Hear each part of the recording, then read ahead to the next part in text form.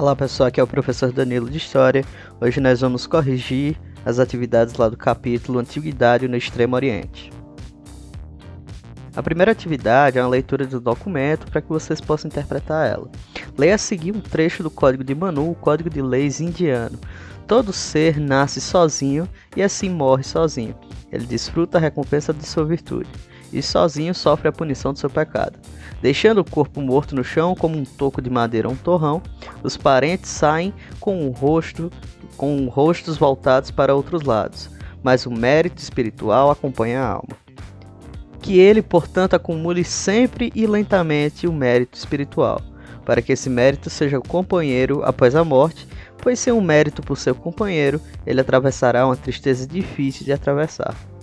Quem se preocupará com o corpo sabendo disso? Então, a partir do texto, nós vamos lá para as alternativas. Letra A. De acordo com o texto, o que os indianos têm como verdade fundamental para a sua concepção do mundo? Pessoal, a verdade e o cerne dessa questão é a religião, que é o que fica claro no texto, entendendo a espiritualidade e a moralidade como fundamentos de suas realidades, sendo o cerne do pensamento indiano. Letra B. De acordo com o trecho das leis de Manu e da importância dada ao espiritual, qual o papel destinado ao corpo? Se a gente reler aí o trecho, deixando o corpo morto no chão como um toco de madeira, fica claro pra gente que o corpo ele tem um papel secundário nessa história, já que o espírito é o que deve ser priorizado. E a letra C, o que podemos entender por mérito espiritual nesse contexto? Bem, pessoal, aqui a gente tem que levar em consideração que seriam as virtudes desenvolvidas pelos indivíduos ao longo da vida, que o acompanharão inclusive após a morte. Aí na outra parte das atividades, em aplicando conhecimentos, a questão 1 fala: qual cultura da antiguidade oriental foi fundamental no estabelecimento de aspectos da cultura indiana? Bem, pessoal, essa cultura vai ser a cultura dravidiana, que é a cultura da civilização que dá origem à cultura indiana. Já a questão 2 fala: em relação ao sistema de castas em uma sociedade, assinale a alternativa correta. Letra A. Existe mobilidade social dentro de uma sociedade de castas. A gente viu muito bem que não existe mobilidade. A exogamia faz parte dos casamentos realizados em sociedades de castas. Exogamia seria um termo relacionado a relações que não exigem um parentesco. Isso daí não foi citado na nossa aula anterior. Letra C. Existe mobilidade social dentro de uma sociedade de castas. Perdão, não existe mobilidade. Então, pessoal, a correta aí seria a letra C. De fato, dentro da sociedade de castas, que é a sociedade indiana, não existe mobilidade social, ou seja, você não tem como sair de Brahmani para Vaishya, de Párias para Kshatriyas, de Sudras para outras. Foi falado na aula passada que os Párias ou os Dalits, que são os últimos lá da questão da sociedade de casta, mas eles acreditavam que a reencarnação possibilitaria ele nascer em outra casta, mas isso não compete, isso não pode ser entendido como um tipo de mobilidade social. Já a questão 3 fala: a Índia está localizada ao sul da Ásia, é o 7º maior país do mundo em área territorial e possui uma população de mais de 1 bilhão de habitantes. Na ilustração a seguir, podemos visualizar as origens das diferentes castas, que, segundo a crença hindu, são oriundas do corpo do deus Brahma. Em seguida, temos um fragmento de uma reportagem que também aborda a organização social indiana. Aí é um esquema muito semelhante ao que nós trouxemos na aula passada, tendo a cabeça os Brahmanes, os braços os Kshatriyas, os Vaishyas sendo as pernas, os Sudras os pés e os Párias que estão abaixo de toda essa estrutura. Aí o fragmento do texto inicia assim: o forte crescimento econômico que colocou a Índia na lista de emergentes aumentou a desigualdade social do país e pode comprometer sua inclusão no clube das potências mundiais até 2020. Analistas e lideranças políticas ouvidos pelo BBC Brasil afirmam que o fato de ainda ter milhões de pessoas abaixo da linha de pobreza impõe um limite ao crescimento do PIB nacional, comprometendo a continuidade do desenvolvimento e aumentando o risco de instabilidade social e violência. Então, a partir de conhecimentos prévios sobre esse assunto, combinados à análise das fontes apresentadas, organiza as funções sociais e políticas de cada casta na Índia e avalia as dificuldades vivenciadas por esse país atualmente nos planos social, econômico e político. Bem, pessoal, nós temos os Brahmanes e os Kshatriyas, que seriam aí as classes elitizadas da Índia, os Vaishyas e os Sudras, que comporiam lá as classes médias, e os Párias ou os Dalits, que são as classes baixas, que são os marginalizados da sociedade. E essa divisão serve até hoje culturalmente para justificar as desigualdades sociais encontradas na Índia, que, como o texto fala, impede o crescimento econômico do país e cria uma instabilidade política que pode gerar mais tarde situações de violência. Questão 4 fala o que é o exército de terracota, para qual função ele foi construído e qual sua importância no contexto da história da China. Isso daí vai ser uma questão que exigiria que vocês tivessem lido aí o capítulo. Posso até deixar aí na legenda para vocês um documentário que se especifica na construção e na importância dessa obra, que foi construída há milhares de anos atrás. Na prática, esses soldados feitos de terracota, para quem estava ligado no texto, foram construídos para defender as tumbas do primeiro imperador da China, responsável lá pela unificação política da região, que foi o Qin Shi Huangdi.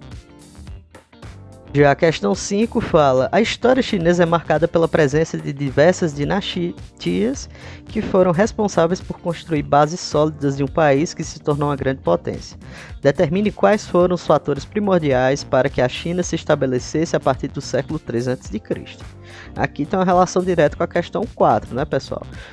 Nesse período foi o período de unificação política, que facilitou o processo de acumulação de riquezas através da cobrança de impostos e também garantiu a construção de estruturas públicas como a Muralha da China, canais de navegação e a criação de um exército unificado.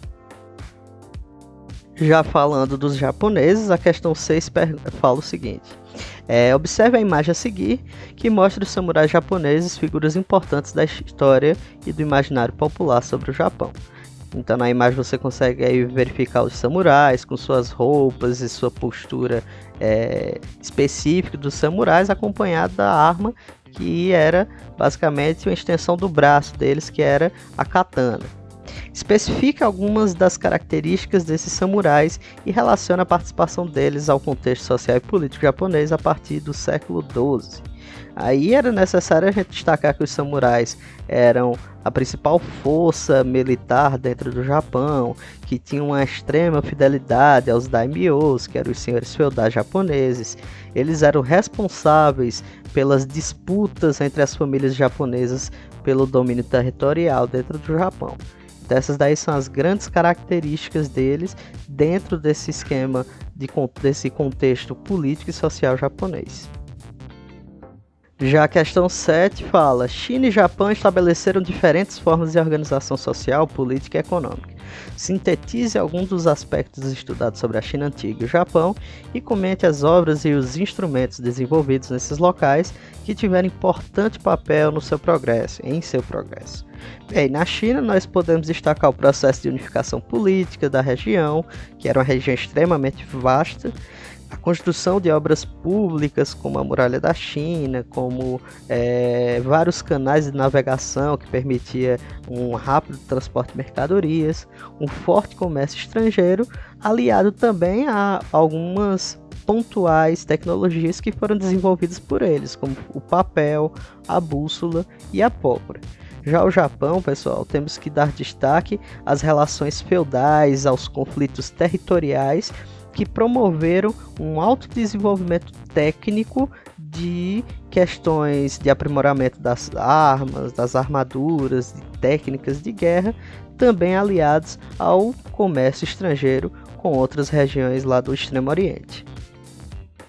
Já a questão 8 fala o seguinte: a religião é uma prática social poderosa e ativa, é uma forma de perceber e se relacionar com o mundo e um meio para que possamos compreender as diferentes sociedades.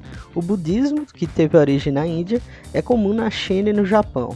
Comente esse intercâmbio religioso. Bem, pessoal, o intercâmbio religioso aponta diretamente para um intercâmbio também cultural entre essas três civilizações, que se dava para além da proximidade entre a China, o Japão e a Índia, graças ao trabalho de missionários e monges, também aliado à atuação comercial dos comerciantes estrangeiros, já que a relação comercial entre essas regiões era extremamente forte. E a questão 9 fala o seguinte: a chamada Revolução Urbana foi antecedida pelos avanços tecnológicos no período neolítico, a saber, a sedentarização das comunidades humanas, a domesticação de animais e o surgimento da agricultura.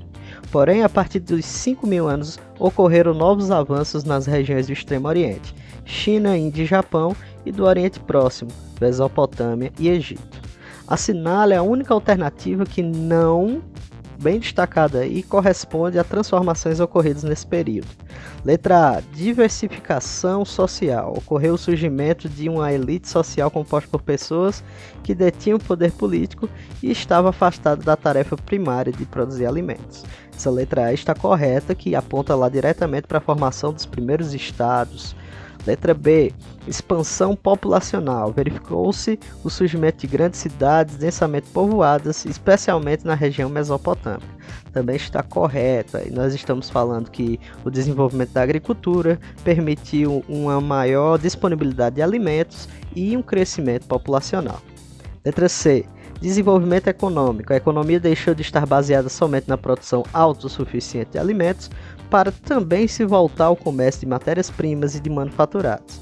Também está correta, essa letra C está falando do princípio lá das atividades comerciais baseadas na produção de um excedente agrícola.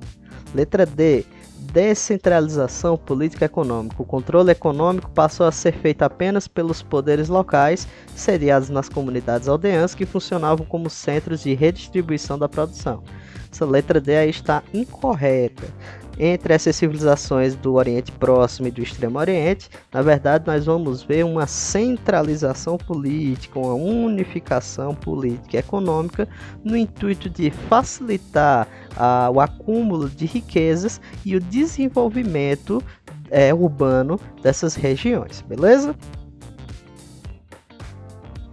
Terminando essa questão, pessoal, por hoje essa videoaula é só. Eu espero que vocês tenham gostado do vídeo de hoje. Não deixem de fazer a leitura aí do próximo capítulo para estarem afiados nessa continuidade do conteúdo.